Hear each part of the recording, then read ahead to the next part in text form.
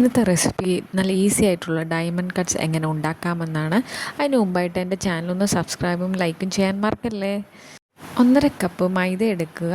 അതിലേക്ക് 1/4 ടീസ്പൂൺ ഉപ്പും 1 table spoon sunflower ഓയിലും കൂടെ യോജിപ്പിച്ച് ഒരു 1/2 കപ്പ് വെള്ളവും കൂടെ ഒഴിച്ച് നല്ല ചപ്പാത്തിക്ക് കുഴക്കുന്ന പോലെ നമുക്കൊന്ന് കുഴച്ചെടുക്കാം.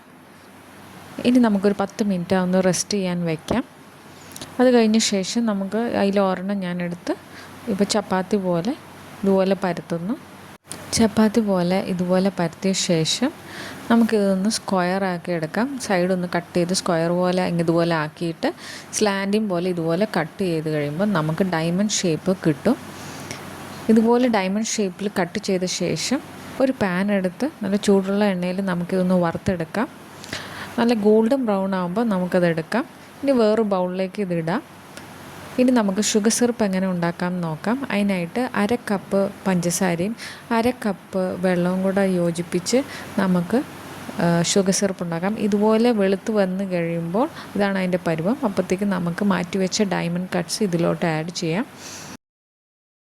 പിന്നെ സ്റ്റൗ ഓഫ് ചെയ്ത് ഷുഗർ സിറപ്പ് എല്ലായിടത്തും ആവുന്ന പോലെ നമുക്കൊന്ന് ഇളക്കിയെടുക്കാം. ഇതിൻ്റെ ക്രിസ്പിനെസ് നമുക്കൊന്ന് നോക്കാം. ഇതുപോലെ നമുക്ക് നല്ല ക്രിസ്പി ആയിട്ടുള്ള ഡയമണ്ട് കട്ട്സ് കിട്ടും. ഇതുപോലെ ഈസി ആയിട്ടുള്ള റെസിപ്പി വേണ്ടവർ ലൈക്ക് ആൻഡ് സബ്സ്ക്രൈബ്.